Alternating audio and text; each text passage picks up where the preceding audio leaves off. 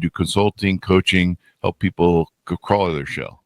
Yeah. So the main thing that I do is keynote speaking. I'll also do longer sessions, and it can either be for anything. I love college students. I'd love for them to seize their boldness before they hit the streets and try to figure out how to not live with their parents for the rest of their life. But it's primarily I'll speak to an entire team or in the whole company, or I'll speak to the sales team, because you need boldness, as like you say, you got to sell. You got to eat what you kill. So you got to be bold enough to go out there and prospect. And if you were just 10, 20% bolder, you don't have to be 5 times bolder than you are now to suddenly have a great career.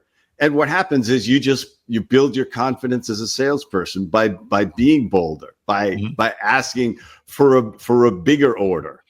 So I occasionally I'll coach a CEO if he's got enough money.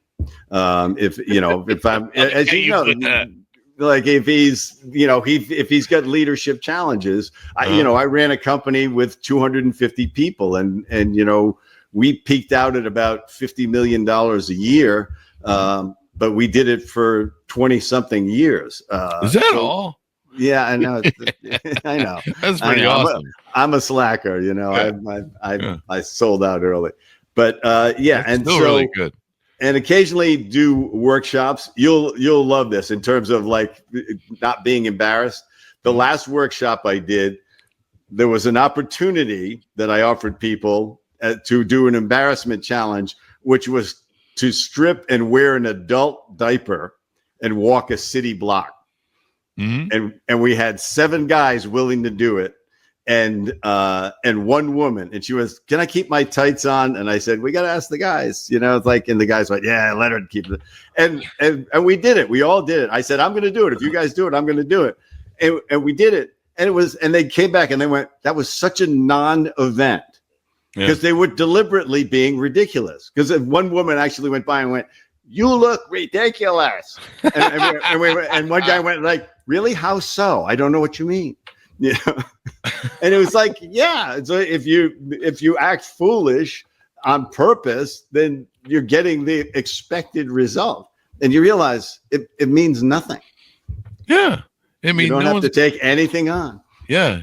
It's the one point I was trying to make earlier. I was trying to lead into, I think, with the story. I segued, I guess, too hard, and I'm doing it again. Is it gone again? No, I got it, but I'm just. I don't know why I'm doing more segue jokes on top of segue jokes, but here we are. Anyway, I'm stalling for time, clearly, to remember it. But, Norm Macdonald and who was the great comedian from the show Taxi? He went on to do stand-up and that wrestling bit, and he would do the bits on Letterman. Andy Kaufman. You need me as your co-host just to offer names. Yeah, just to be my name reference book. Right. I'll just jump in with a name, and then I'll go back off camera. And Andy would get up and he would kill on stage, or he would die on stage to kill. And if you know the terms of that, to die means you really suck. Your jokes aren't funny. But to kill means you're really funny. Well, a true comedian that's really good, he can die on stage with his jokes, but people know what he's up to. They know that he's working something. Like I would see Norm Macdonald go on Conan and he'd read the paper. Andy Kaufman would go out and read the Bible, and then he'd take everyone out for donuts or something. They would do things to kill on stage. And part of it is they're pushing comedy. They're trying to figure out where their limits are and what people will find funny, because you're always trying to, push the new joke.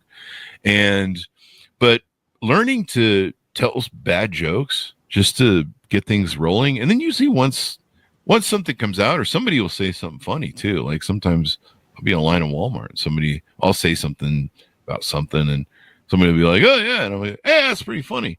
And then I'll try and build on what they have. And it's not really complicated. It's just entertaining yourself through life.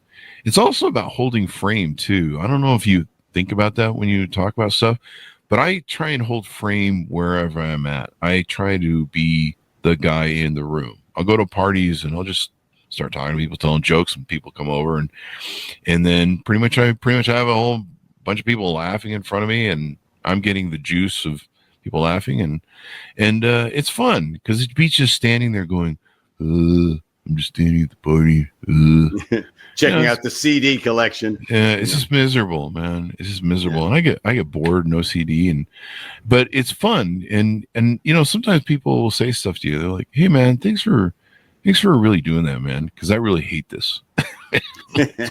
so do I. Yeah, well, I'll zero in a party. If I see the wallflower, I go, that used to be me. I'd go over and I just chat him up. Yeah. And I'll drag him into a conversation with 2 or 3 other people, and then it's catch and release. It's like, all right, you're fine now. You got some people to talk to. I could move on. Because I hate to see people trapped like that. It's so unnecessary. Yeah, it's miserable. Like, you don't want to see people miserable. So I think I started telling the story of my dad when I called in, and then I segued. But I could hear the fear. I was fearful in my voice, and so I started telling just really bad joke. I couldn't come up with anything because I was really afraid, and so was he. And I could hear it in his voice, and it was throwing me. And so I started some lame. He's married, and he's been married twice for long marriages, and so I started talking about him hitting on the nurses. I'm like, you got any hot nurses? You hitting on the nurses? It was like a low bar to start with, and he was like, I was just dying, and I just kept at it and just kept telling stupid hospital food jokes and anything I could pull, and pretty soon I had him laughing. And you could hear the change in his voice. You could hear the fear go away. You could hear him, it brought perspective to the situation, and maybe he was going to be okay. It gave him hope. I think that's something I've been tuning into lately, as to how humans use hope, and how it's probably our most enduring and best trait, is being able to find hope in the darkest of moments.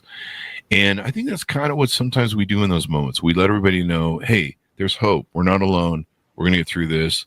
It's not as bad as we think it is. That, or at least we're gonna survive for another day, and things will get better.